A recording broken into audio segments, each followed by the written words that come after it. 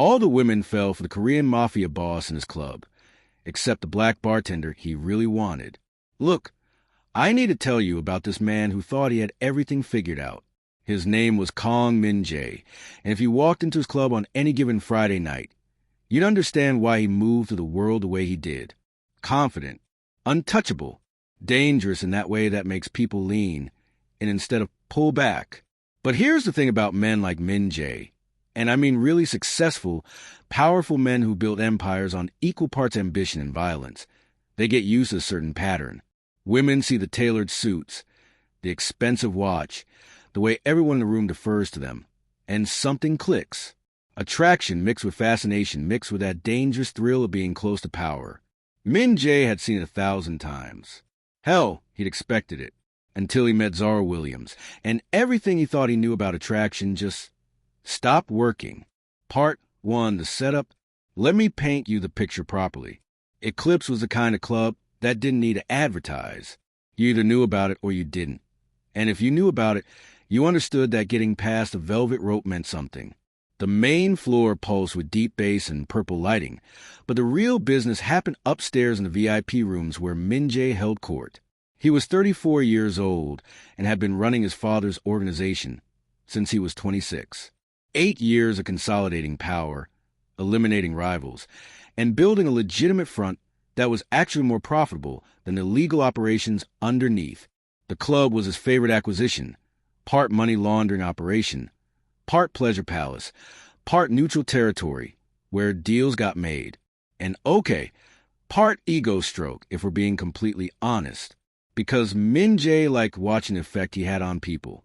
He'd worked hard to cultivate his image.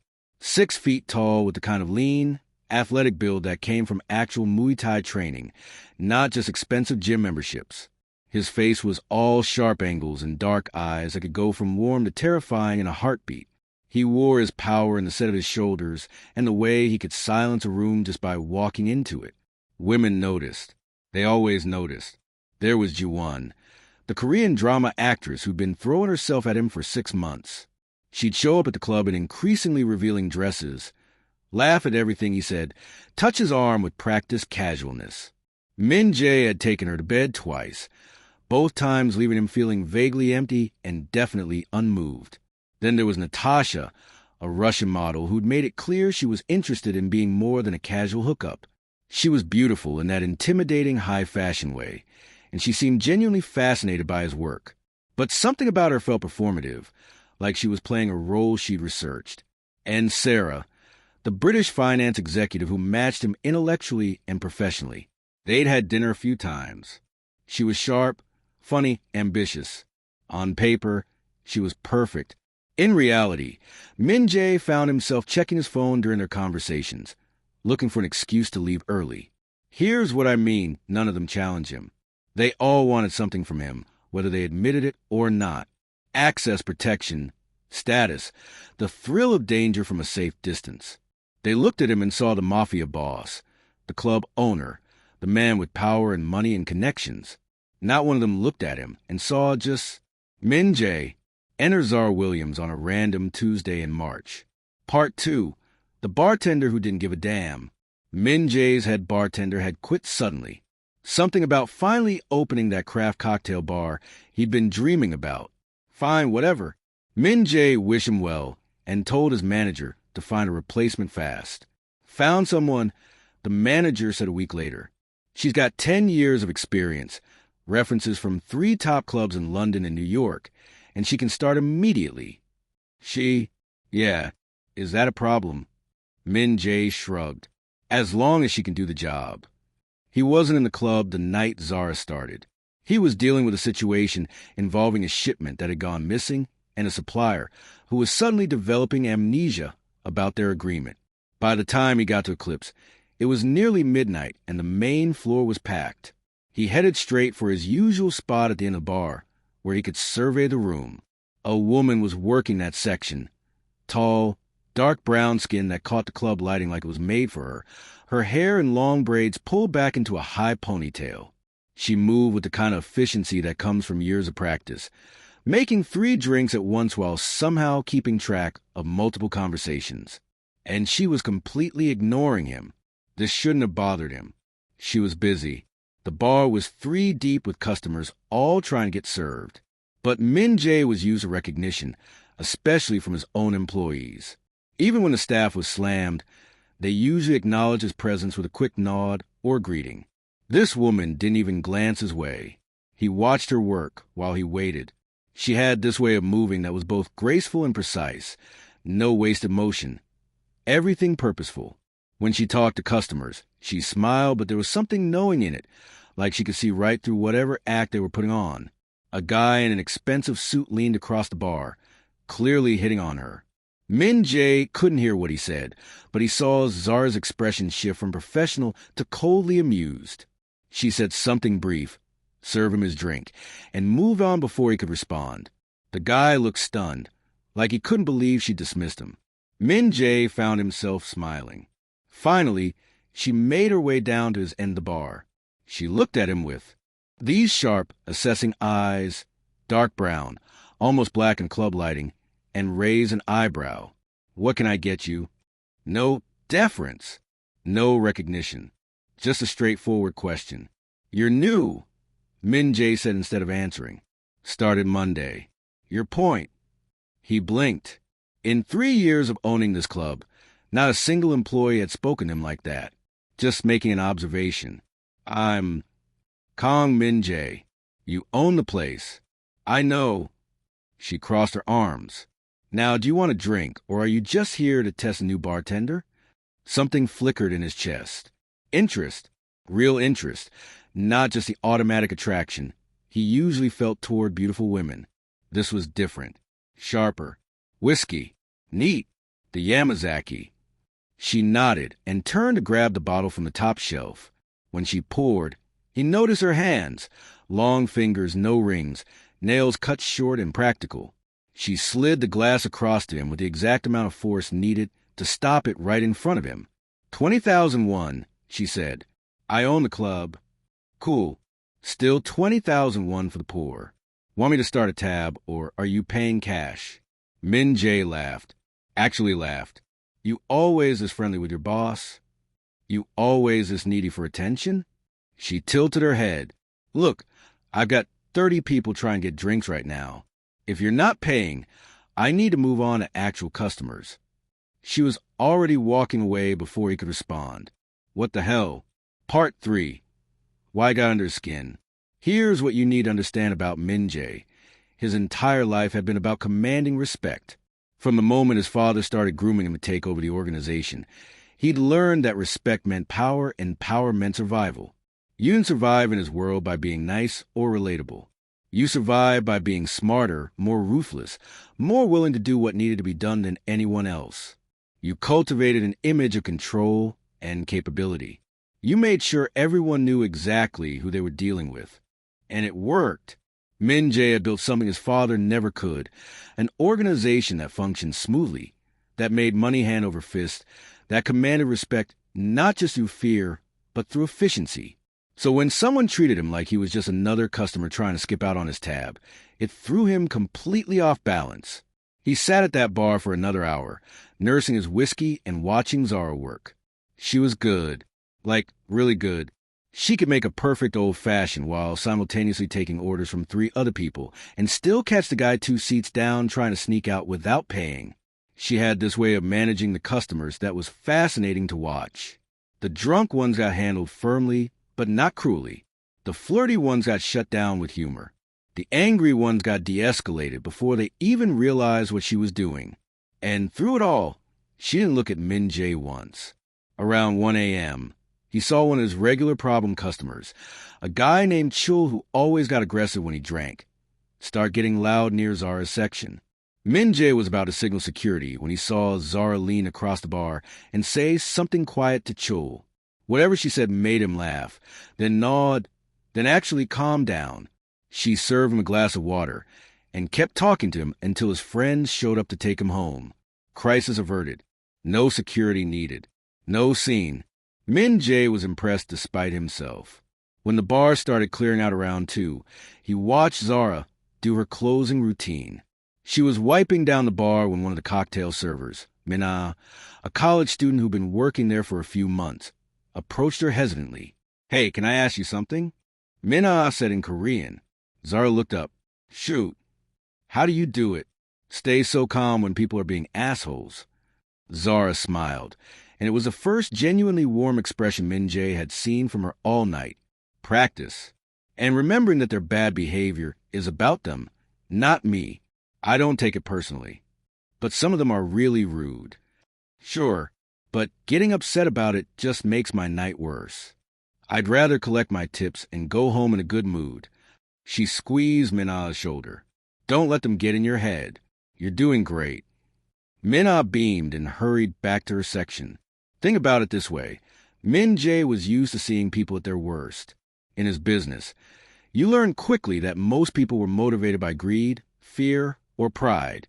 You learn to expect betrayal, to anticipate violence, to assume everyone had an angle.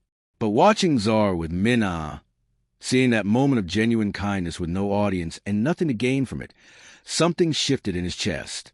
He wanted to know her, really know her, not in the way he usually wanted to know women, as a conquest or a distraction, but in a way that felt dangerously close to need. When she finished her closing duties, she grabbed her jacket from under the bar and headed for the exit. Min-jae intercepted her near the door. "Zara." She stopped, turned. Up close, he could see the tiredness around her eyes, the slight slump in her shoulders now that the shift was over. But she straightened when she saw him. "Mr. Kong." "Min-jae." "Okay, Min-jae." She shouldered her bag. "Something I can help you with? Because I've been on my feet for 8 hours, and I'd really like to go home." "You were good tonight." "Great, actually." She waited. When he didn't continue, she said, "Thanks. That it? Have dinner with me." "No."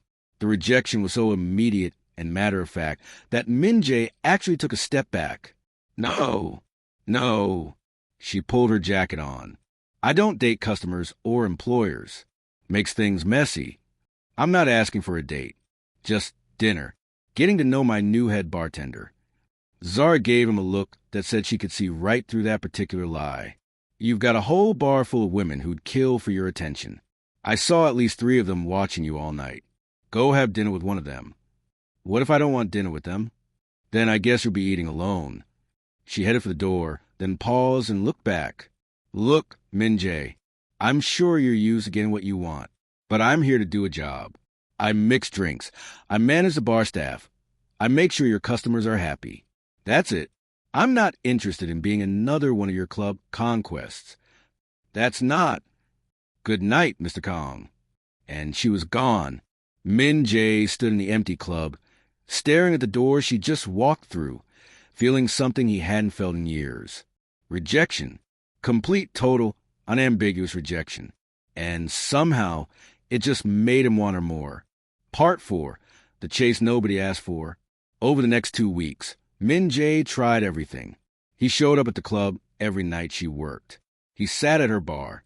He attempted conversation. He complimented her work. He even, and this one killed his pride a little, tried helping her stock bottles one night when she was slammed. Zara treated every attempt with the same polite, professional distance. "I've got it, thanks. Just doing my job, Mr. Kong."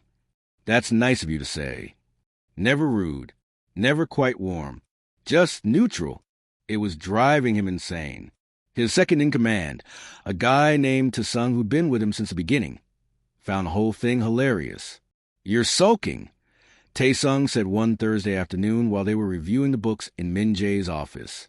"The great calm Min-jae is actually sulking over a woman." "I'm not sulking. You've been staring at that spreadsheet for 10 minutes without seeing it. You're absolutely sulking." Taesung leaned back in his chair, grinning. "What's the problem? She's not falling at your feet like all the others. She won't even have a conversation with me. So move on.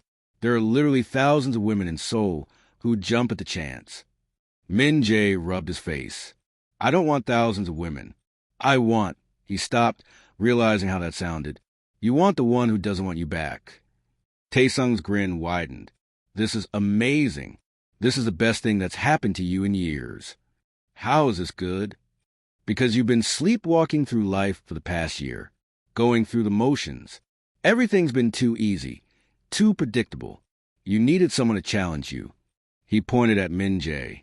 This woman is challenging you, and you have no idea how to handle it. He wasn't wrong. Min Jae had built his entire life on reading people, understanding their motivations, knowing which buttons to push. But Zara was a locked door, and he couldn't find the key. The breakthrough came on a Saturday night when Min Jae was in his VIP room, conducting business with a supplier from Busan. The meeting was running long, testing his patience. The supplier kept trying to renegotiate terms they'd already agreed on, and Min Jae was about 3 seconds from having Taesung escort him out when there was a knock on the door. Zara walked in with a tray of drinks. "Sorry to interrupt," she said, not looking sorry at all. "Min-ah said you needed refreshments." Min Jae hadn't ordered anything, which meant this was Min-ah's attempt at playing matchmaker. He made a mental note to thank her later. "Just set them down," he said, watching Zara carefully. She placed a tray on the table, and as she turned to leave, the supplier reached out and grabbed her wrist. "Hey, beautiful, why don't you stay and keep us company?" Everything happened fast after that. Zara's expression went from professional to ice cold. She looked down at the hand on her wrist, then up at the supplier. "Let go. Come on, just for a drink. I bet you're more fun than these boring business discussions." Min Jae was already standing, his voice cutting through the room like a blade. "Let her go. Now." The supplier laughed nervously, not quite reading the danger in the air. "Just being friendly, boss. No harm." Zara twisted her wrist in a move so quick and precise that the supplier yelped and released her. She stepped back, rubbing her wrist, her eyes never leaving his face. "Touch me again and I'll break your fingers," she said calmly. Then she looked at Min Jae. "We good here?" Min Jae was torn between admiration and rage. He wanted to throw the supplier through the window for touching her. He also wanted to applaud whatever self-defense training had taught her that wrist release. "Go ahead," he said to Zara. To the supplier, his voice dropped to something dangerous. "Our meeting is over. Taesung will see you out. But we haven't finished. We're finished." Min Jae's tone left no room for argument. "And you're banned from the club. If I see you here again, we'll have a very different kind of conversation." The supplier opened his mouth, probably to protest, then saw Min Jae's expression and thought better of it. Taesung escorted him out. Min Jae caught up with Zara at the bottom of the VIP stairs. She was heading back to the bar, her spine straight, her face composed, but he'd seen the tremor in her hands before she'd clenched them into fists. "Zara, wait." She stopped but didn't turn around. "I'm fine. I need to get back to work. Take 5 minutes. That's not a request. That's me making sure my employee is okay after being assaulted in my club."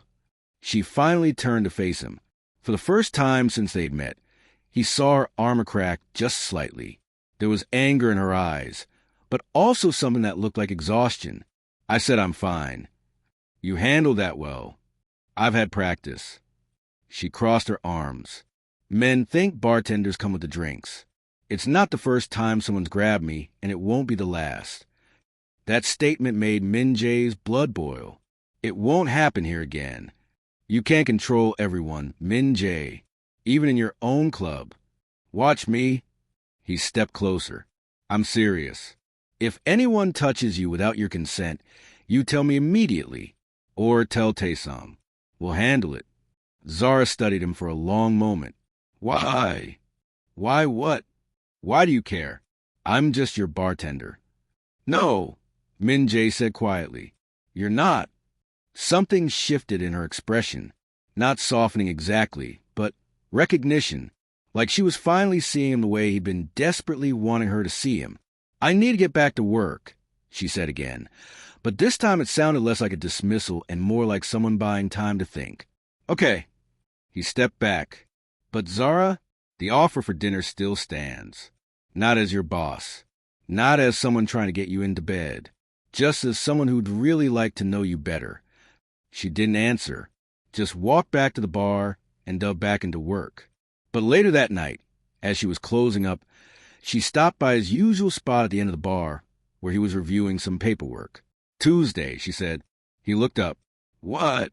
Tuesday's my day off. There's a Korean-Jamaican fusion place in Itaewon I've been wanting to try. 7 p.m. Don't be late. And then she was gone again, leaving Min Jae with the first genuine smile he'd worn in weeks. Part 5. The dinner that changed everything. Here's the thing about first dates. And yeah, despite what Zara claimed, this was absolutely a date. They're terrifying no matter who you are. Min Jae had faced down rival gang leaders. He'd negotiated deals worth millions while guns were pointed at his head. He'd made life-or-death decisions with less anxiety than he felt getting dressed Tuesday evening. He changed his outfit 3 times before settling on dark jeans and a black button-down. Casual but put together. Not trying too hard. Probably still trying too hard. Tae-sung, who'd stopped by to drop off some documents, laughed at him. You're nervous. Kang Min Jae is nervous about a date. It's not a date. Keep telling yourself that. Min Jae arrived at the restaurant at 6:55 p.m. Zara was already there, sitting at a table near the window, and when he saw her, he almost forgot how to walk. She was wearing jeans and a deep green top that made her skin glow. Her braids were down, falling past her shoulders. No makeup that he could see, just her natural beauty. She was looking at her phone, and there was something about seeing her in this casual, unguarded moment that hit him harder than any of their interactions at the club. She looked up as he approached, and for the first time, she smiled at him, like really smiled. Not the professional bartender smile, or the polite but distant expression she usually wore. A real smile that reached her eyes. You're early, she said. Didn't want to be late. He sat down across from her. You look different without the bar between us. Beautiful. I was going to say beautiful. She raised an eyebrow, but didn't call him out on the compliment. Progress. The restaurant was small and crowded, the kind of place where the food did the talking. They ordered jerk chicken bulgogi for him, curry goat japchae for her, and suddenly Min Jae realized he had no idea how to do this. Normal conversation. Normal getting to know you questions. Normal dating. He'd been so focused on getting Zara to agree to dinner that he hadn't thought about what came after. Apparently, she saw his hesitation because she took mercy on him. So, she said, leaning back in her chair, tell me how a guy like you ends up running a club in Gangnam. A guy like me? You know what I mean. You don't exactly have the typical club owner vibe. You move different, talk different. Everyone treats you like... She paused, choosing her words carefully. Like you're someone important beyond just owning Eclipse. Min Jae had to give her credit. She was dancing around the truth without quite saying it. Either she didn't know exactly what he did, or she was too smart to acknowledge it directly. It's a family business, he said carefully. My father built the foundation. I expanded it. That's the press release version. What's the real version? He looked at her across the table. He could lie. He could give her the sanitized story he told everyone outside the organization. Or he could trust that she could handle the truth. The real version is that my father ran a criminal organization, he said quietly. Not big, not dramatic. Mostly protection, some gambling, some other things I won't get into. He was good at it, but he wasn't ambitious. When I took over 8 years ago, I saw an opportunity to grow, to modernize, to build legitimate businesses that could eventually replace the illegal operations. Zara's expression didn't change. She just nodded, like he confirmed something she already suspected. So, Eclipse is what? Money laundering. It started that way. Now it's actually profitable on its own. He leaned forward. I'm not going to lie to you about what I do, Zara, but I am trying to transition everything to legitimate operations. It's slow and it's complicated, but that's the direction I'm moving. Why? Why what? Why go legitimate? If the illegal stuff is more profitable and you're already good at it, why change? It was a fair question, one he'd asked himself 1,000 times. Because I'm tired, he said honestly. Tired of looking over my shoulder. Tired of not being able to trust anyone. Tired of knowing that everything I built could collapse if I make one wrong move or trust the wrong person. He met her eyes. And because I'd like to actually have a life that's mine, not just my father's legacy. The food arrived, giving them both a moment to process. They ate in comfortable silence for a few minutes before Zara spoke again. How much danger am I in? Working at your club? I won't lie, there's some risk, but Eclipse is neutral territory. I've worked hard to make it clear that the club is off limits for business disputes, and I have good security. He put his fork down. If I thought you were in real danger, I wouldn't have hired you. But the other night, that guy who grabbed me was a supplier, not a rival, and he's been handled. He won't be back. Zara studied him. You're different than I expected. How so? More honest, for one. I figured you'd either deny everything or try to make it sound more glamorous than it is. She took a sip of her drink. Most people in your position would have fed me some bullshit line about being a businessman or having complicated investments. Would you have preferred that? No. I appreciate straight talk. Then here's some more straight talk, Min Jae said. I asked you to dinner because I'm attracted to you, very attracted to you. But it's more than that. You're the first person in years who's looked at me and seen past the role I play. You don't want anything from me except for me to leave you alone to do your job. He smiled slightly. It's incredibly appealing. So you like me because I don't like you? I like you because you're honest, because you're capable, because you shut down that drunk guy at the bar without making him feel small, because you helped Minna when you didn't have to, because you've built walls around yourself that tell me you've been hurt before and you're not interested in getting hurt again. Zara's expression flickered. That's a lot of conclusions to draw from a few weeks of watching me pour drinks. Am I wrong? She was quiet for a long moment. Then, no, you're not wrong. So tell me, Min Jae said gently, why the walls? Part 6, what she carried. Look, vulnerability is hard for everyone, but it's especially hard when you've learned that opening up usually ends in pain. Zara pushed her food around her plate, clearly deciding how much to share. Min Jae waited. He was good at waiting. I was engaged once, she finally said. 3 years ago. Guy named Marcus. We'd been together for 5 years, and I thought... She laughed, but there was no humor in it. I thought we were building something real, planning a life together. What happened? I found out he'd been cheating on me for 2 years, and not just casual cheating. He had a whole other relationship, another woman who he was also talking about marrying. She had no idea about me. I had no idea about her. Zara looked up, and Min Jae saw the pain in her eyes even though it had been years. The worst part wasn't even the cheating. It was realizing I'd been so blind, that I'd believed everything he told me when the signs were right there. That's not on you. That's on him. Maybe, but it taught me to be more careful, to not just trust someone because they say the right things or look at me the right way. She met his gaze directly. So when a guy like you, powerful, dangerous, used to getting what he wants, starts paying attention to me, every alarm bell goes off. Because guys like you don't want women like me for the right reasons. Min Jae felt that statement like a physical blow. Women like you? Come on, Min Jae. I'm a black woman in Seoul. I work as a bartender. I don't have family money or connections or anything that would make me useful to someone in your position. She gestured between them. This, whatever this is, it's not going to work. Our worlds are too different. There it was, the real wall, not just her past hurt, but the belief that she didn't belong in his world. And okay, maybe she was right about some of it. Their worlds were different, but she was wrong about why he wanted her. Can I tell you something? Min Jae said. And I need you to really hear me, not just listen, but hear me. Zara nodded. Every woman I've dated in the past 5 years has wanted the same thing from me. Access, status, the thrill of being with someone dangerous. They look at me and see the power, the money, the lifestyle. They want to be the woman on the arm of Kong Min Jae, the club owner, he paused, then said it, the Mafia boss.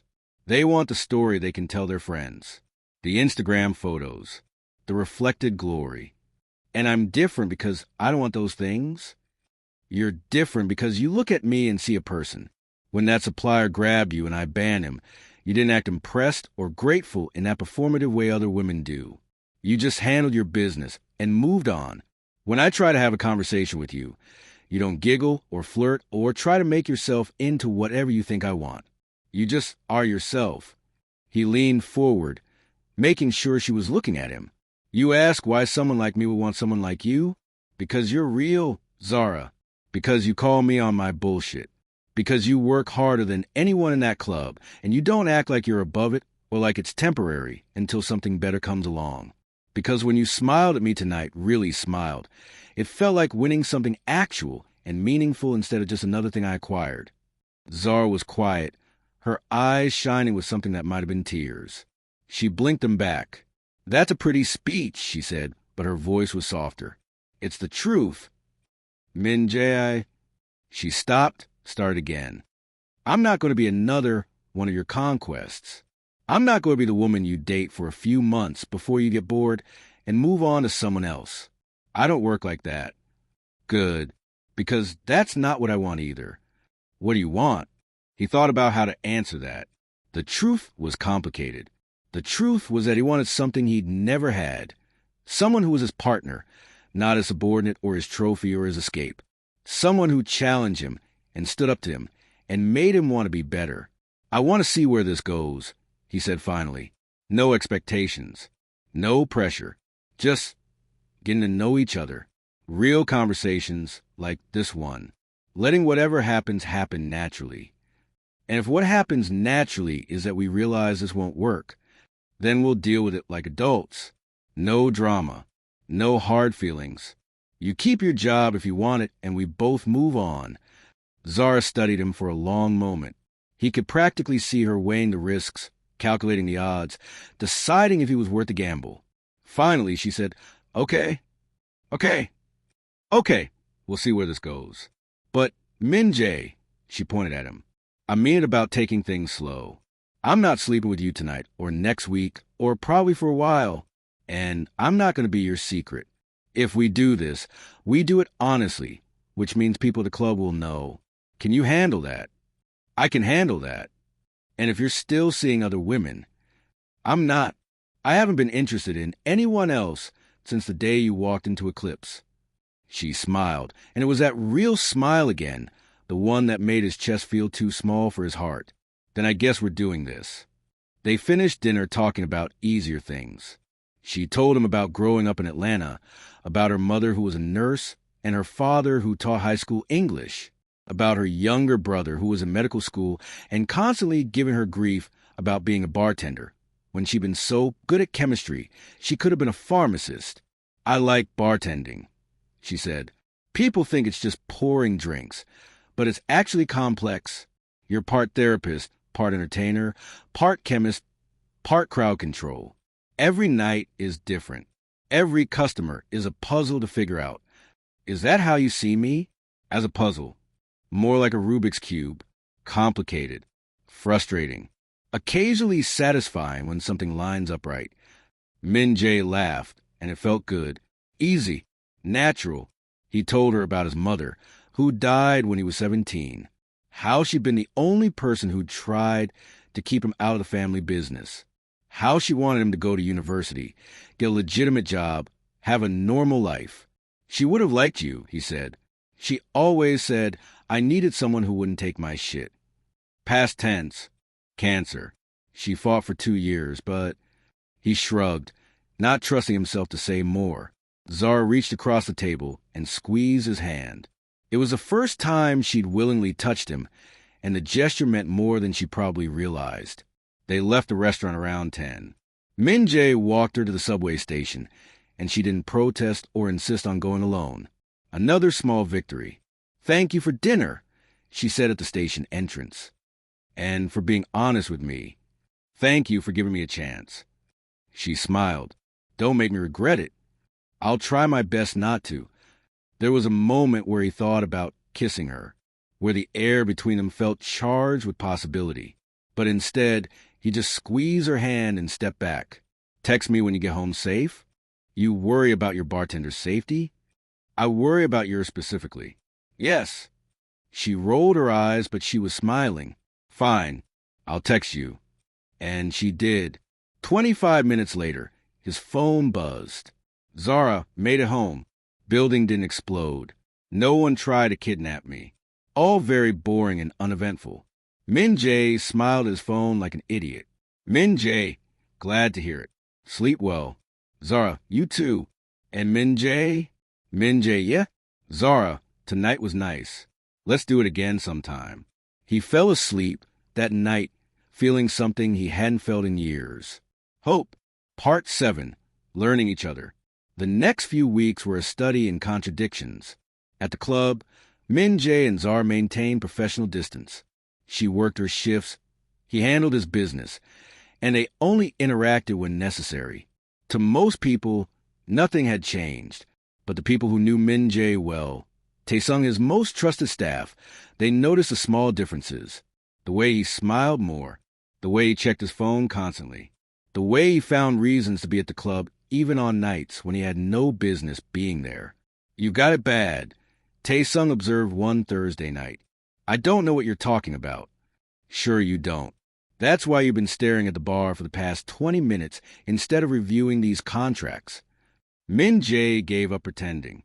"Is it that obvious?" "Only to anyone with eyes. But hey, the staff are taking bets on how long before you two make it official. So there's that. They're betting on my relationship. You're the boss. Everything you do is interesting." Taesung grinned. "For what it's worth, I think she's good for you. You've been different since she showed up. Less what? Less isolated. More human. It's good." Outside the club, things moved slowly but steadily forward. Min Jae and Zara went on actual dates, movies, museums, a cooking class that resulted in a kitchen fire and a lot of laughter. They texted constantly. Stupid stuff mostly. Memes, random observations, pictures of interesting things they saw. She introduced him to American soul food at a tiny restaurant in Itaewon run by an ex-military guy from Louisiana. He took her to his favorite Korean barbecue place, where the owner had known his mother and treated him like family. They talked about everything. Her dreams of maybe owning her own bar someday. His complicated relationship with his father's legacy. Politics. Music. Their respective terrible taste in reality TV shows. "I can't believe you watched that," Zara said one night when she caught him invested in a dating show. "It's compelling. They're clearly wrong for each other, but they keep trying anyway." That's basically every dating show ever. Exactly. It's like watching a slow-motion car crash. You can't look away. She laughed, and Min Jae realized he would watch 1,000 terrible dating shows if it meant hearing that laugh. But here's what I want you to understand. It wasn't all smooth. They had their complications. Like the night Min Jae had to leave their date early because one of his warehouses was being raided by a rival group. He couldn't explain where he was going or why, just that something urgent had come up. Zara's expression had shuddered, and even though she said she understood, he could see the doubt creeping in. Or the time one of Min Jae's exes, the actress Ji-won, showed up at the club specifically to make a scene. She'd gotten drunk and loud, making claims about their relationship that weren't true, tried to establish some kind of territorial claim on him in front of everyone. Zara had watched the whole thing from behind the bar with an unreadable expression. After security had escorted Ji-won out, Zara had calmly finished her shift and left without saying a word to Min Jae. He'd shown up at her apartment that night, desperate to explain. "I haven't seen her in months," he said when she answered the door. Whatever she said. "I know." Zara leaned against the doorframe. "I know she was lying. I could see it in her face." "Then why are you upset?" "I'm not upset. I'm just thinking." "About?" She sighed. "About whether I'm ready for this. The drama, the complications, the women from your past showing up and making claims. The constant wondering if what you're telling me is true or just a really good lie." Min Jae felt his stomach drop. "You think I'm lying to you?" "No, not really. But, Min Jae, you have to understand. I've been lied before by someone I trusted completely. Someone I thought I knew. So when I see things like tonight, when I see how easily women throw themselves at you and how much history you have, part of me just automatically starts building walls again. What do I have to do? Min Jae asked. To prove I'm not Marcus? To prove this is real for me? I don't know. Maybe just keep being honest. Keep showing up. Keep proving that what you say matches what you do. She reached out and touched his face gently. I want to trust you, Min Jae. I do, but trust takes time. I have time. Even when I'm being difficult and paranoid, especially then. She pulled him inside, and they spent the rest of the night talking through her fears, his promises, the complicated reality of trying to build something real in the middle of very unreal circumstances. And okay, they also made out on her couch like teenagers, which was both thrilling and frustrating, because Zara had been serious about taking things slow physically. I need to know this is about more than chemistry, she said when Min Jae suggested they move things to the bedroom. I need to know that you actually like me, not just the idea of me or the challenge of me. I'm more than like you, he said against her mouth. I'm falling for you. Completely. Then you can wait a little longer. He could. He would. Even if it killed him. Part 8, the shift. 2 months into their relationship. And yeah, it was definitely a relationship now, even if they hadn't formally labeled it. Things shifted in a way Min Jae hadn't expected. Zara started understanding his world better. Not just accepting it, but actually getting it.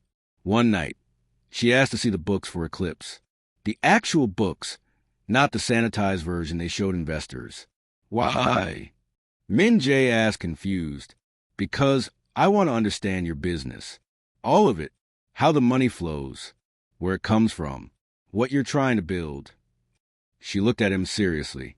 If I'm going to be with you, I need to understand all of you, including the parts you're not proud of. So he showed her everything. The money laundering schemes. The protection rackets. The various illegal operations that still funded chunks of his empire. The plan for transitioning everything to legitimate businesses over the next 5 years. Zara studied the numbers with the same focus intensity she brought to crafting cocktails. She asked questions, made observations, pointed out potential problems in his transition plan that he hadn't considered. You're going to hit a cash flow problem here, she said, pointing at a projection for year 3. If you shut down these operations but haven't fully scaled up these legitimate ones, you'll have a 6-month gap where you're vulnerable. Min Jae looked at where she was pointing. She was right. How had he missed that? We'll need to accelerate the timeline on these investments, she continued, moving through the spreadsheets like she'd been doing this for years. And honestly, this real estate play is too slow. You'd be better off with something more liquid that you can scale faster. Like what? Like tech. Fintech, specifically. I've been reading about cryptocurrency exchanges and digital payment systems. High growth potential, relatively low barrier to entry if you have the capital, and completely legitimate. Min Jae stared at her. How do you know all this? I told you I was good at chemistry. I'm also good at math. And I've been bartending for 10 years. You learn to understand profit margins and cash flow when you're trying to figure out why your tips are shit on Tuesday, but great on Saturday. She smiled at him. Plus, I may have spent the last month researching your industry in my spare time. Why? Because you matter to me. Because I want to be helpful instead of just being the girlfriend who doesn't understand what you do. Something in Min Jae's chest expanded. You called yourself my girlfriend. Is that not what I am? No, it is. Definitely. I liked hearing you say it. She rolled her eyes, but she was smiling. Focus, Min Jae. Your empire is going to collapse if you don't fix these cash flow issues. They spent the rest of the night restructuring his 5-year plan. Zara's insights were sharp and practical. She had a way of seeing patterns he'd missed, asking questions that revealed weaknesses in a strategy. By 3 a.m., they had a new plan. One that was actually better, more sustainable, less likely to fail catastrophically. You're brilliant, Min Jae said, looking at her across his desk covered in spreadsheets and financial projections. I'm helpful. There's a difference. You're both. She stood up, stretched. I should go home. It's late. Stay. The word came out before Min Jae could stop it. Stay here. With me. Zara looked at him. Min Jae, not for sex. Just stay. I won't wake up with you here.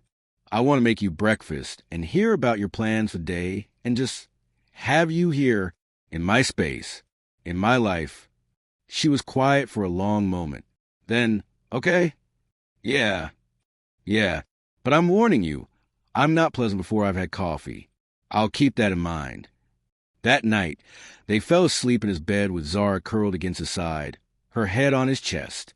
Min Jae lay awake for a long time, listening to her breathe, feeling the weight of her trust and agreeing to stay. He'd had women spend the night before. Plenty of them. But this felt different. More intimate.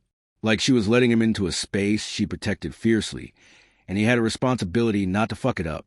When he finally slept, he dreamed of a future where this was normal, where Zara was always in his bed, his home, his life, where he didn't have to choose between his business and his happiness because she understood both.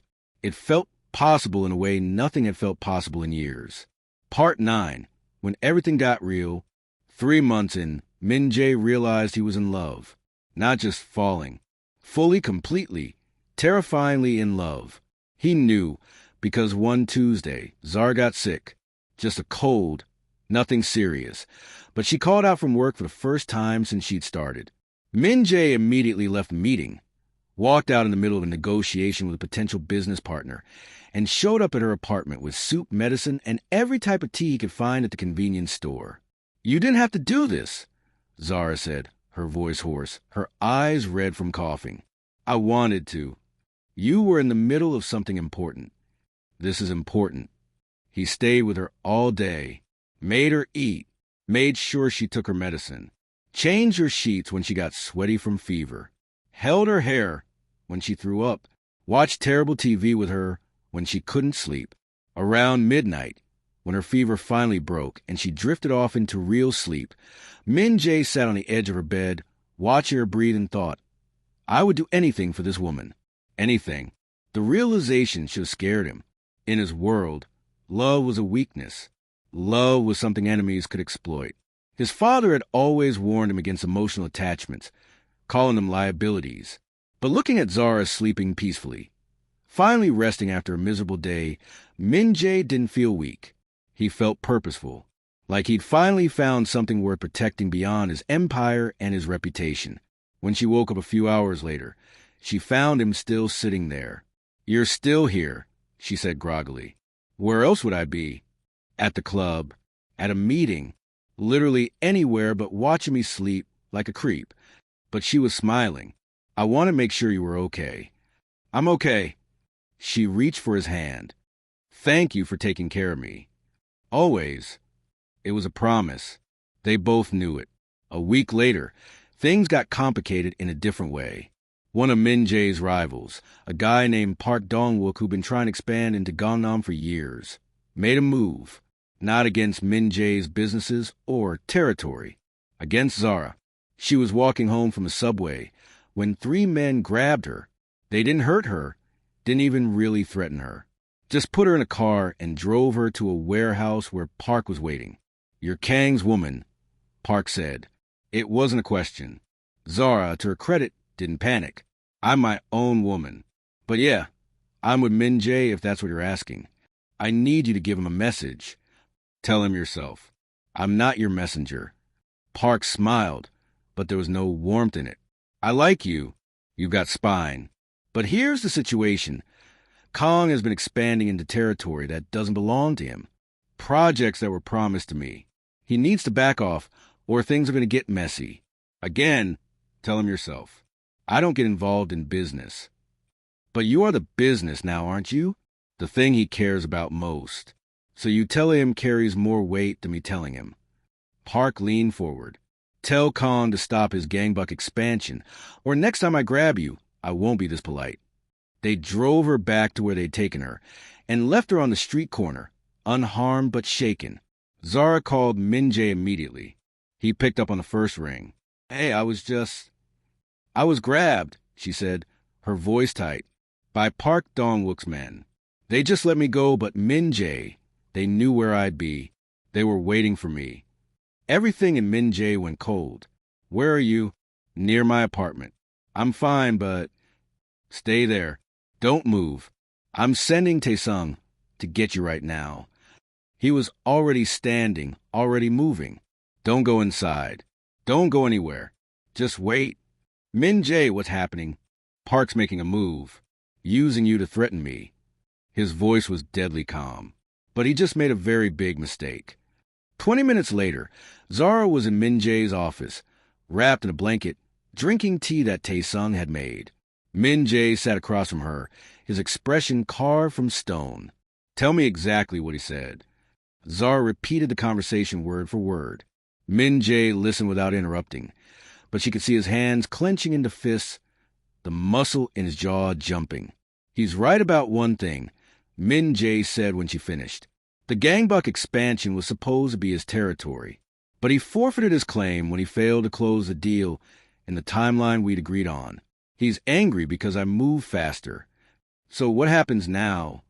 Now I remind him that there are rules, lines you don't cross, and threatening you crossed every single one of them. Min Jae, don't... Zara stopped, trying to find the right words. Don't start a war over me. This isn't over you. This is about respect, about boundaries. If I let Park grab you without consequences, every other rival will think they can do the same. He moved to kneel in front of her chair, taking her hands.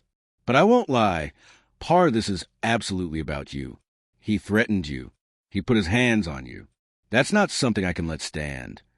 What are you going to do? What I have to do? He kissed her hands. But first, I'm going to make sure you're safe. You're moving in here tonight. Not temporarily. Permanently. I'm putting a security detail on you anytime you leave the building. And before you argue... I'm not arguing, Zara said quietly. I'm scared, Min Jae. That whole thing, being grabbed, being driven to some warehouse. I kept thinking about all the things that could have happened. All the ways it could have gone wrong. I know. I'm sorry. This is my fault. It's Park's fault. You didn't make him grab me. No, but I made you a target by being with you. Min Jae's expression was anguished. This is what I was afraid of from the beginning, that my world would hurt you. But it didn't. I'm fine. Shaken up, but fine. She squeezed his hands. We deal with it together, remember? That's what you said. I meant it then. I mean it now. Then trust me to be part of the solution, not just someone you need to protect. I can handle more than you think I can. Min Jae looked at her, really looked at her, and saw not fear, but determination. Not a victim, but a partner. Okay, he said. Then let's figure this out together. Part 10, the resolution. What happened next happened fast. Min Jae called a meeting, not with Park, but with all the major players in Seoul underworld. A summit, essentially. Neutral ground, neutral time. Everyone bringing only 2 guards each. Zara wanted to come. Min Jae refused. This is business. Dangerous business. You don't need to be there. You're going to be talking about me. Making decisions that affect my safety. I should be there.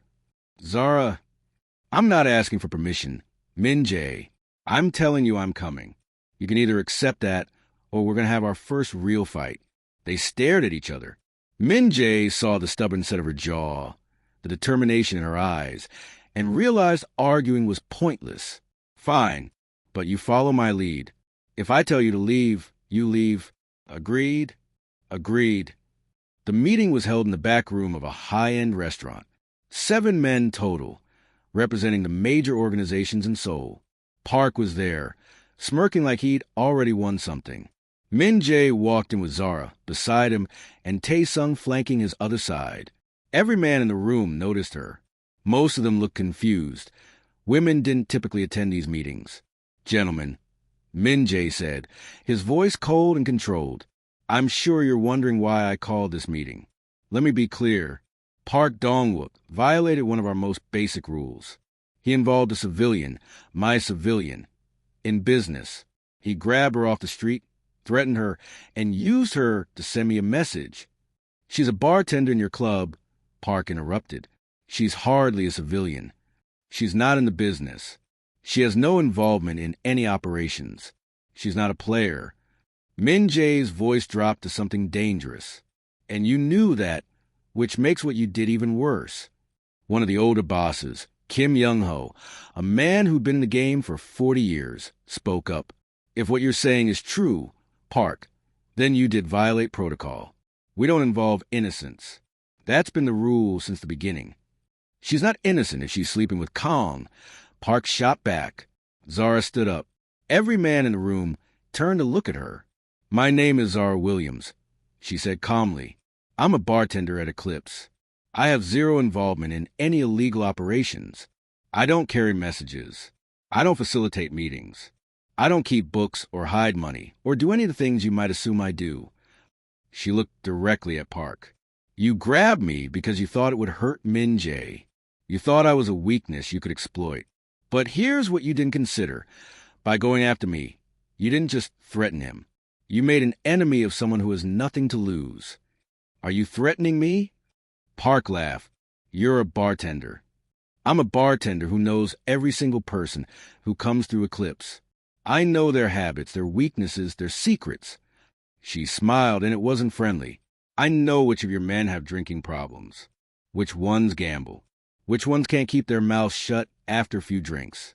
I know everything because people don't see bartenders. They talk around us like we're furniture.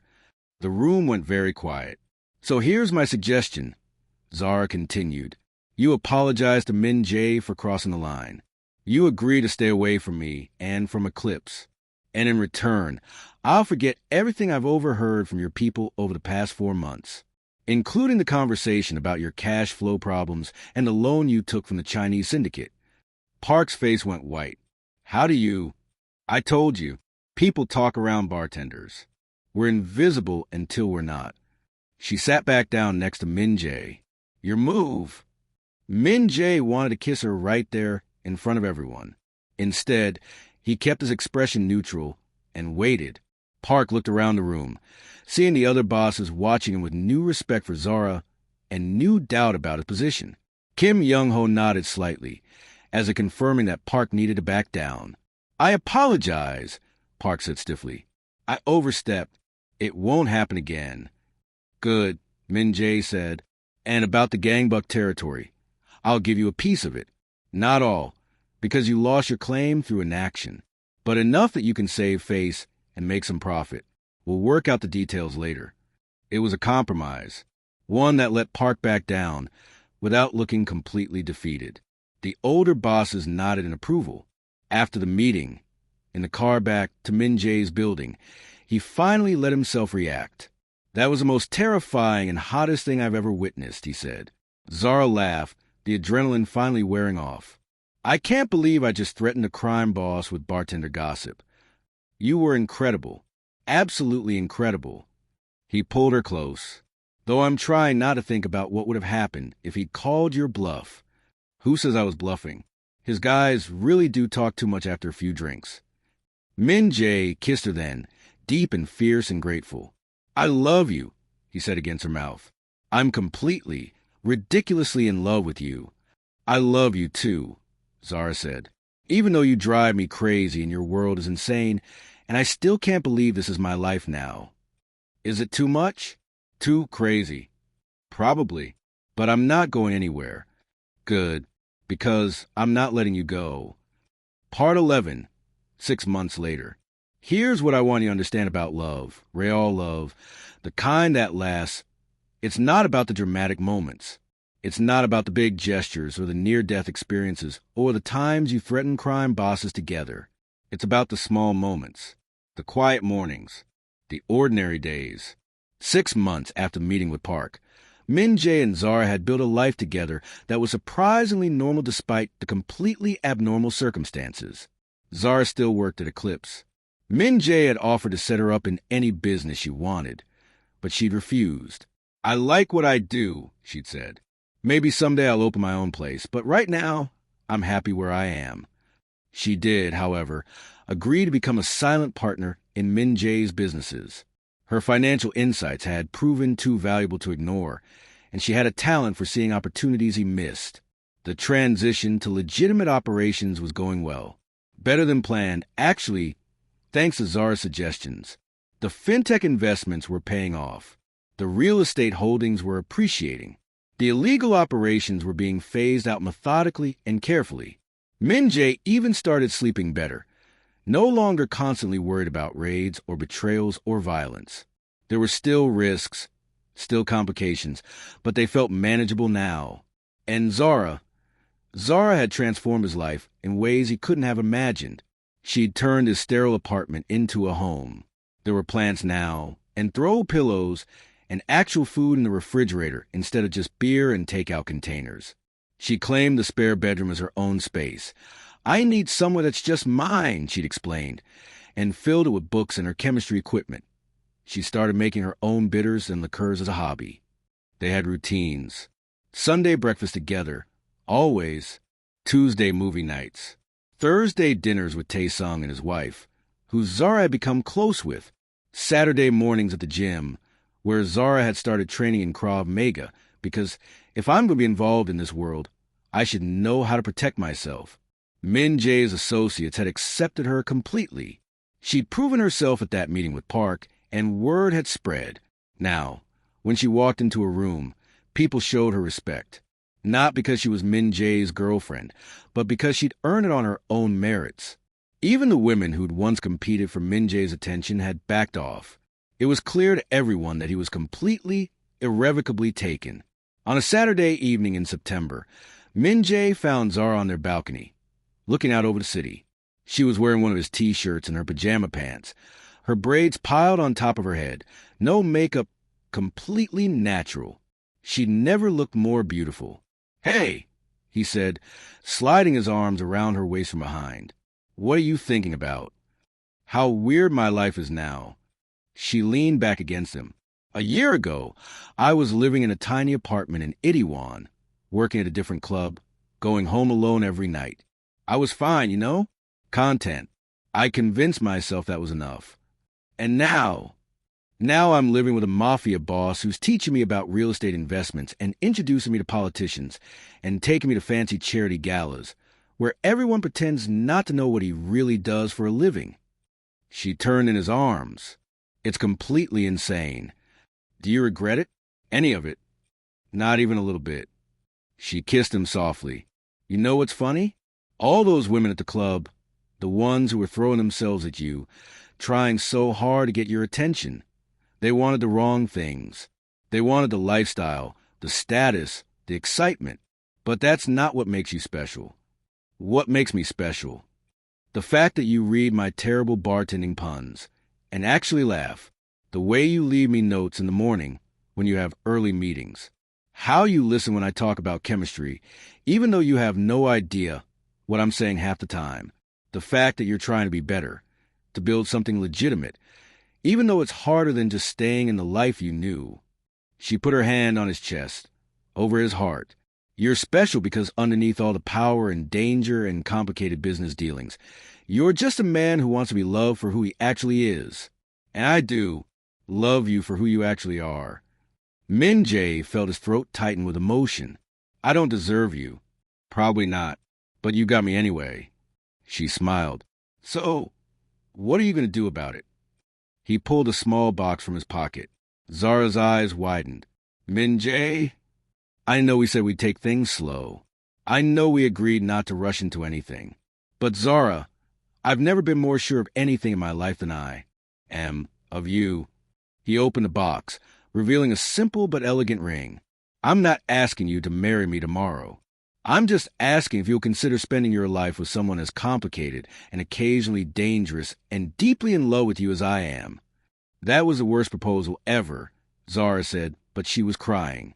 "You basically just admitted you're a mess and asked if I'd put up with you forever. Is that a no?" "It's a yes, you idiot."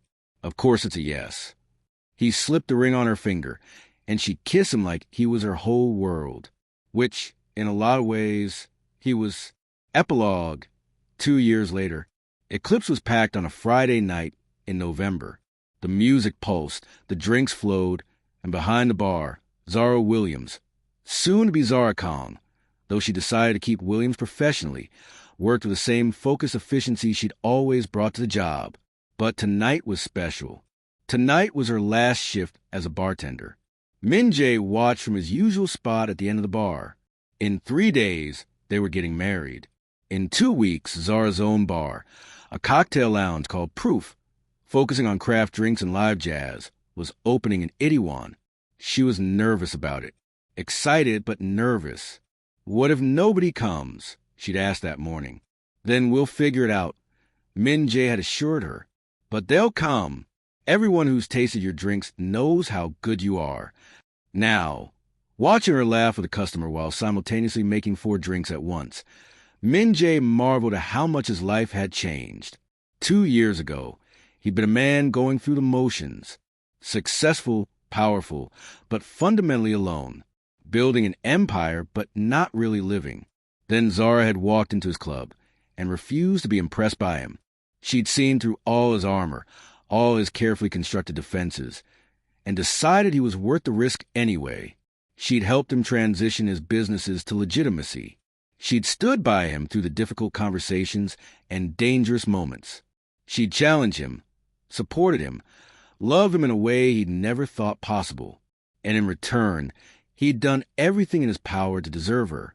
In 3 days, Zara Williams, the black bartender who'd refused to fall at his feet, who'd challenged him and stood up to him and seen him for who he really was, would become his wife. The women at the club could have the Mafia boss, the club owner, the powerful man with the dangerous reputation. Zara got something better. She got Min Jae, just Min Jae, the man underneath all of that. And that was all either of them had ever really wanted